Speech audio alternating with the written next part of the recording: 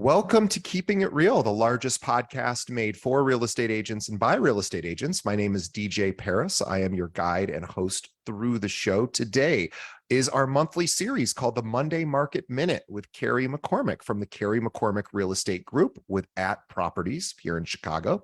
Carrie is a top 1% producer with over 20 years of experience helping buyers, sellers, and investors. In fact, in the past 12 months, out of 46,000 real estate agents here locally, Carrie is ranked in the top 15 of all producers. And I don't mean top 15%, the top 15. So she is a true superstar and an expert in everything from first-time home buyers, veteran investors, and luxury properties. She also works with a lot of developers and is often chosen to represent their high-end developments. Please visit Carrie at her website, which is carriemccormickre.com, and also follow her on Instagram. She is consistently rated as having the best Instagram account for realtors here in Chicago. So at Carrie McCormick Real Estate, both of those links are in our show notes. So you can just go to our show notes and tap on the links. Carrie, welcome to the show. It's nice to see you again.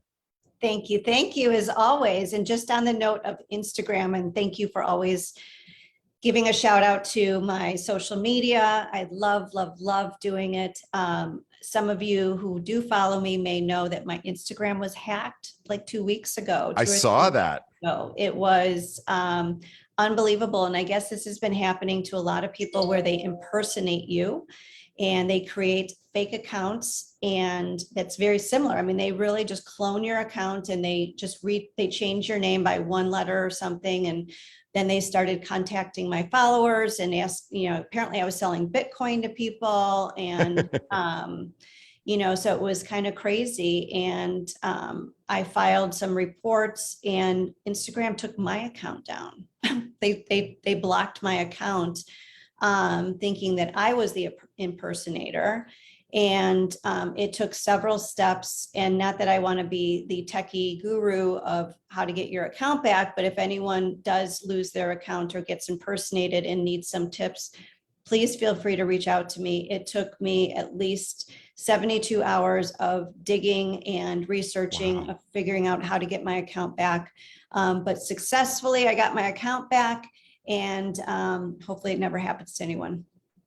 Well, congratulations on getting the account back. I know how scary that can be. I've had similar things happen in different ways that are very, makes you feel very vulnerable. And you're like, yeah, and you don't realize like how attached I was to my Instagram account when losing it. I felt lost, but again, thankful that it's back.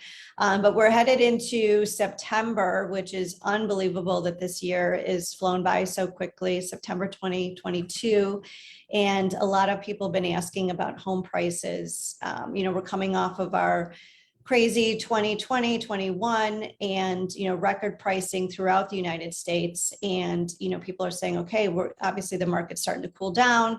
What does that mean to home pricing? And I do a lot of reading, and of course I'm boots on the ground and seeing everything, but we're forecasting that home prices are going to continue to appreciate not only in Chicago, but nationwide.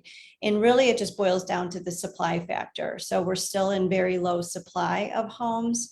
And we all know that mortgage rates have jumped up. And of course that has dampened the demand somewhat, but the demand still outpaces the supply. So again, just standard economics of supply and demand. We don't have much supply here. So it's keeping prices pretty steady in our market here. Yeah, I think we've been pretty lucky in Chicago, at least in the city. It seems like pricing has still been relatively steady. I know we're seeing some pricing drop across the country. Curious, do you think that will affect Chicago, like city pricing or even suburban pricing in the upcoming months? I think that, some of the sellers, there's a little bit of a disconnect between sellers and buyers, and sellers are still kind of, looking back last year of what the record prices were. And again, that was a very inflated market. So I think we just need to educate the sellers on where the market is right now. And again, there's still great prices out there, but we just need to be a little more realistic about the new market conditions. One area which is surprising is the luxury market. I finally closed my $6.2 million deal last week. Congratulations. And so there was a lot of, you'll see, there's just a lot of high-end luxury sales going on. And I did some digging and I found some interesting stats. So in 2020, there was a 2.2% growth in the numbers of individuals that had wealth over $5 million. So think about that. So in 2020, if you had people who had $5 million in income, or not in income, in value, there was a 2.2% growth. In 2021, so 1 year later, that number grew by 19.8%. So 19, almost 20% growth of people that have a net value of 5 million plus. That's a huge, I think that's a huge number. Huge. In 1 year. So all of these folks that grew their net worth more than 5 million, where are they putting their money? They're putting their money into an asset, which was a home. So because what that number, what 19.8% equals is 660,000 new individuals that entered a different net worth bracket. Okay. Wow. So that new bracket, again, 660,000 people. And again, that's across the United States. But we saw that in, the Florida market, the Arizona market, Austin, Chicago, obviously. So there was this huge demand for luxury properties in 2021 and 2022. So, and that to me, it still continues to go. I see so much, cash injected into this market. Some of my listings that are 3 million plus, a lot of the demographic are 30, 40-year-olds. And it's just, it's amazing. So it's great to see that market's still thriving. Yeah, it sort of got me to think about, I can actually give my marketing tip of the week right now and then come back to Carrie to more information from you, because you just sparked an idea that I didn't realize as you were mentioning the statistic about the high net worth individuals, sort of the growth there in the last year. And it's like, wow, I didn't know that. And I suspect a lot of our listeners didn't know that either. So I don't know of a better way to do this, but you should first friend everybody who's in your contact list on Facebook, or not just on Facebook, but on LinkedIn in particular, because this is the place oftentimes where businesses post updates, work anniversaries show up, promotions show up. When somebody sells a business, it shows up. When somebody starts a new job, it shows up. And so these could all be things that oftentimes maybe are talked about, not necessarily somebody's net worth increasing, but if someone sells a business, or if someone joins a new company, or if someone's, some big news at the company they're at, you should be following the companies and following the individuals, and then just look on LinkedIn once or twice a day for a couple of minutes, see if there's any major news there. And you can reach out to your client, say, hey, I just saw that, you started a new career, you got a promotion, and you're now a CEO or whatever. And then you can talk to them, say, hey, is anything changing for you from a housing perspective? Do you thinking about, making a move? I think that's a fantastic reason to pick up the phone. And I can't think of any other, because people don't always post their professional accomplishments on Facebook or Instagram. And they don't always do it on LinkedIn either, but that's usually the place where I see that stuff. That's great. And actually on LinkedIn, there's a little bell at the top that says notifications. And that's a great tool because it'll pop up if any of your connections have anything new, whether it's a birthday or, like you said, a job change. It's obviously a professional network, and it's definitely a great tool to use. So I love that tip.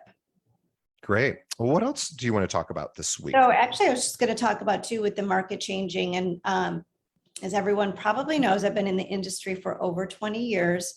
And through the years, I've seen a lot of market shifts, and people start, when I say people, brokers, we all start to kind of retract when the market changes. And I always say, what comes up must come down, right? So that, the market continues to change. But when there's a challenging market or a changing market, there's always agents that find success, and you have to adapt and pivot, so you've got to look at developing new skills.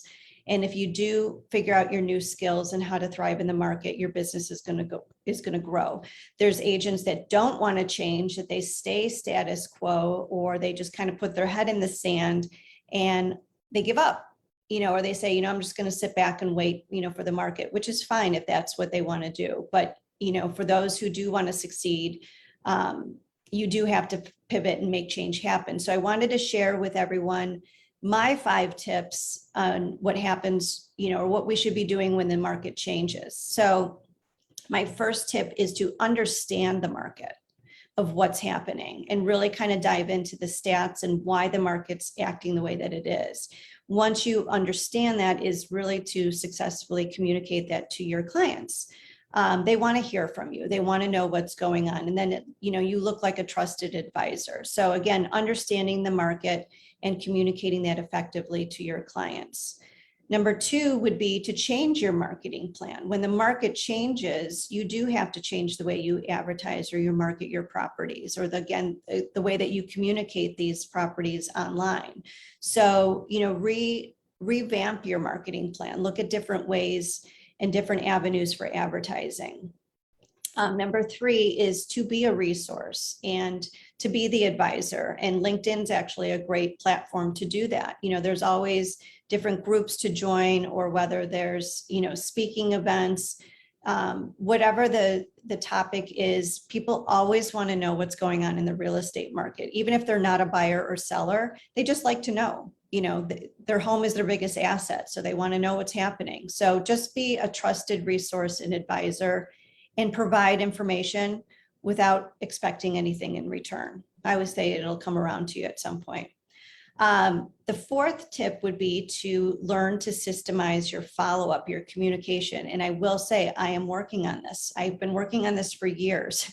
Again, everyone loves communication and loves to hear from you. So if you can systemize it to some degree to make sure that you're staying top of mind, I think that's a great thing. If anyone's got any tips for me on that one, I would love to brainstorm with people, because it's when you have a lot of clients, and it's hard to make a personal phone call every day to everybody, but you definitely have to be organized and be systemized on that. And then my last tip would be number 5 would be to invest in your business. It's kind of a hard thing to say at this point, especially when, the market, everyone feels like it's softening or your sales aren't as high as they were, last year, but you do have to invest in your business, whether it's in your systems, whether it's in your advertising, staff. Now is the time to invest, because again, what goes up must come down, and what's down comes up eventually. So if you are prepared and ready, especially for spring 2023, you have your systems in place, your advertising, your staff, you'll be ready to rock and roll spring of 2023. Yeah, those are all such great suggestions. I was thinking about, I spend time with a lot of realtors, of course, because of my job, and of course you do as well. And it seems like agents right now are a little frustrated because business has slowed for the most part. And of course, rates have gone up. Inventory hasn't really changed as much as we would like. So you now have people that may have been looking before when the market was really going strong, and weren't able to buy something, buyers in particular, because of course we knew how competitive it was when rates were so low. But now that rates are higher, a lot of buyers have pulled back. And if we look at just even the mortgage application rates have gone down substantially from last year, I think about 20-some%. So that's not a surprise, but is something I think agents can use, because if we think back to when rates were in the 2s and the 3s, people were overpaying for properties. There was so much competition, as we all remember, if we were practicing in the last couple of years. It was crazy. It was hard to get. People were buying things sight unseen. They were waiving inspections. They were doing a lot of things that in a normal market they wouldn't have been able to do. And so now that rates are 80% higher than they were back then, people might feel bad about that, like, oh, I missed my window. But I don't know that so many windows were missed. I think it was really hard to buy a property the last couple of years. So I actually think, I'm curious to get your take.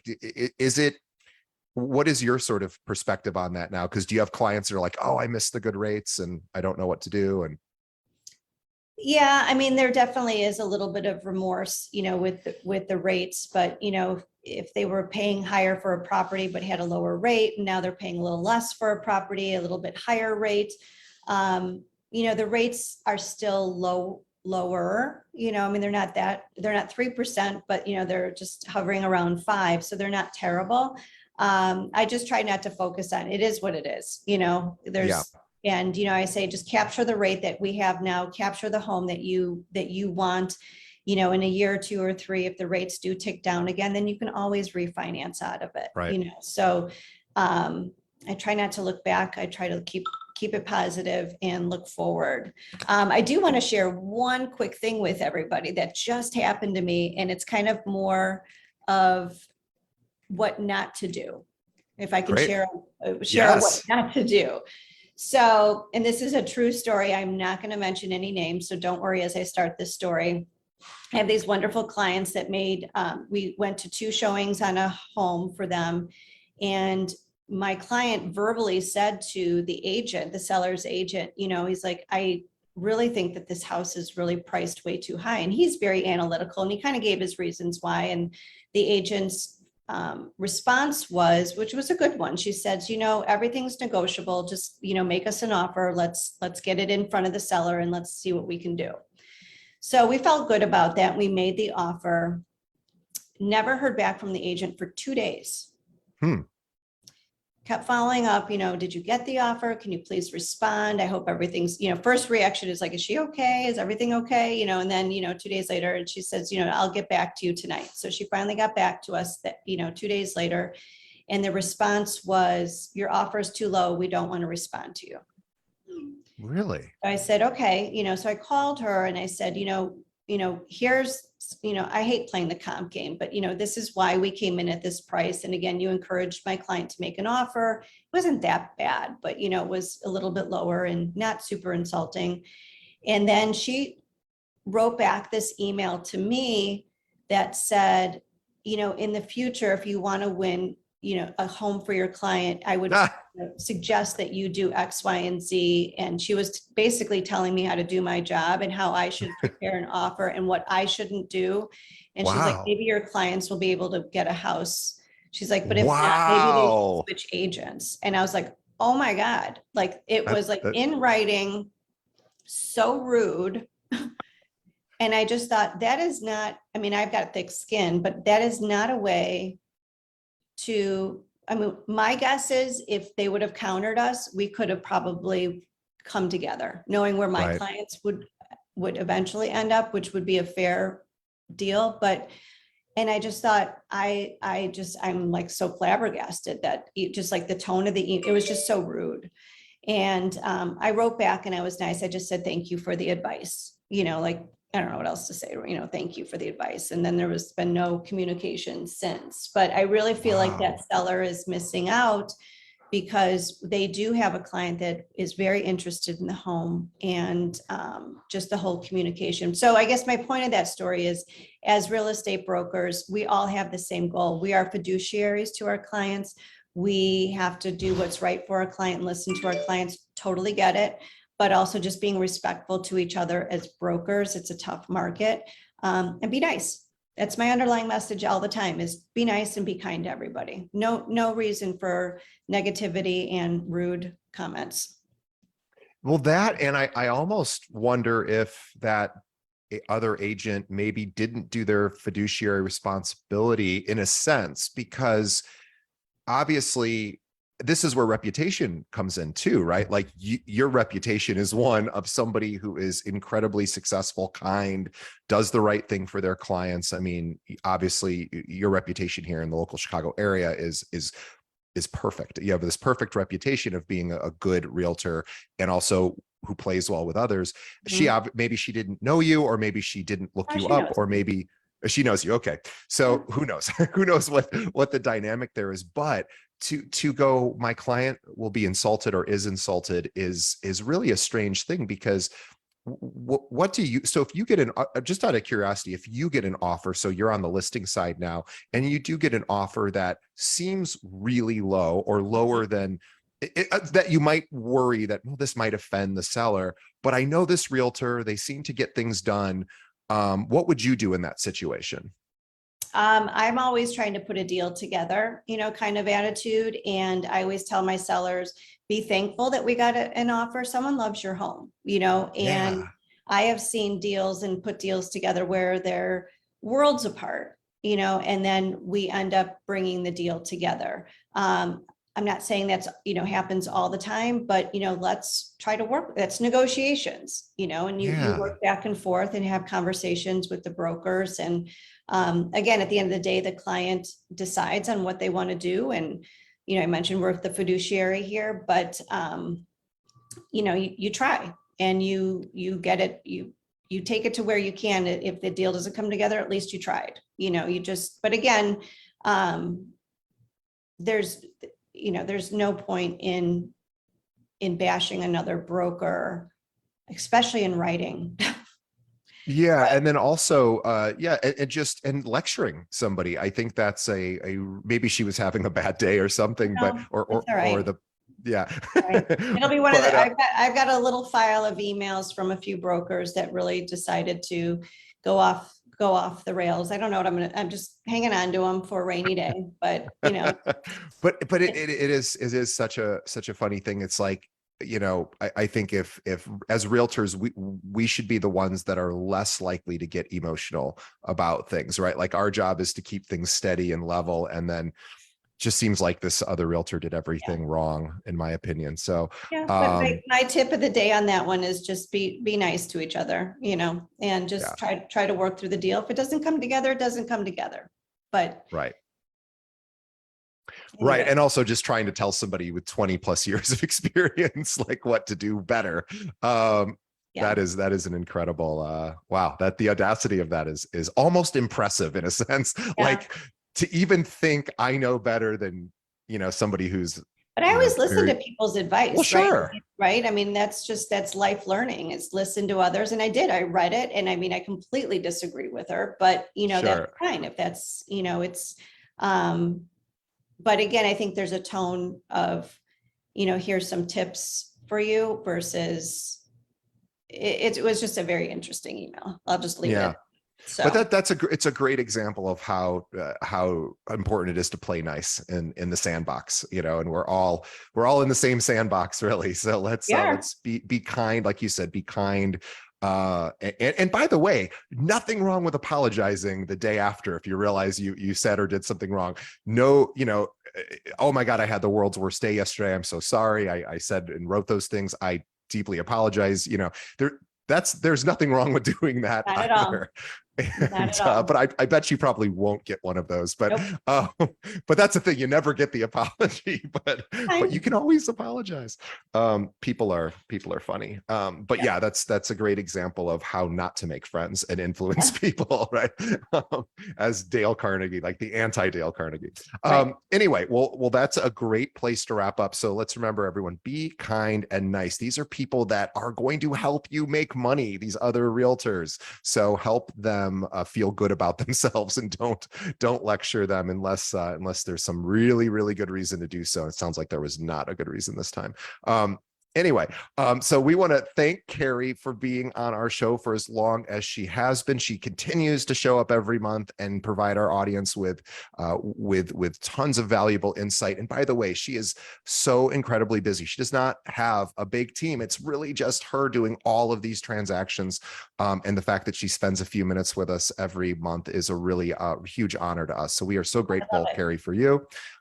And we are excited to continue to have you, of course, on the show in the future. So for everyone out there listening, please, well, for a couple of things. First, if you have any clients that are moving to the Chicagoland area and you don't work the Chicagoland area because you might be in another state or another country or wherever, reach out to Carrie. She is legitimately one of the very highest producing agents here, year after year after year. She has a sterling reputation and would love to talk with you. So if you have any referrals, send them to her. Or if you yourself are a buyer, a seller, a renter, or an investor, reach out to her. My girlfriend who does leasing for a building downtown, she had a broker come in yesterday. And by the way, just to make sure we're not confusing people, in Illinois, every realtor is a broker. So I know that's not the way it is in every state. But anyway, she had what's called a realtor come in, and the client was a realtor and a practicing realtor.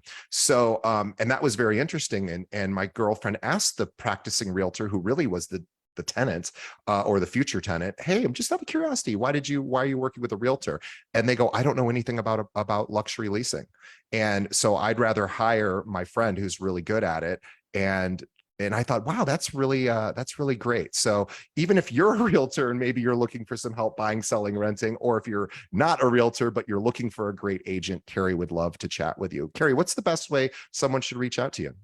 Always call me, 312-961-4612. For those who prefer to text, I'm a big texter as well.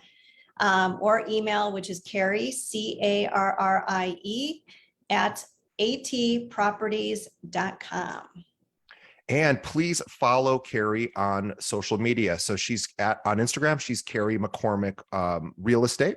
And you can also visit her website, carriemccormickre.com. And I guess I am glad I did not take the Bitcoin suggestion. No, I saw that and I thought, oh, she's been hacked. But I'm glad you got your account back, because I know how important that is to you. Yeah. And I know it's a great place also to see your activity. It's really fun because I like following you, because I sort of feel like I know what your days look like, which I think is really helpful for other realtors that want to see, gosh, if I ever got to that top 1% level, what would my days look like? And I think you do a good job of sharing, what it's like to be a realtor. Oh, I don't share everything. If you could see some of the days that I go through, it'd be a fun reality show.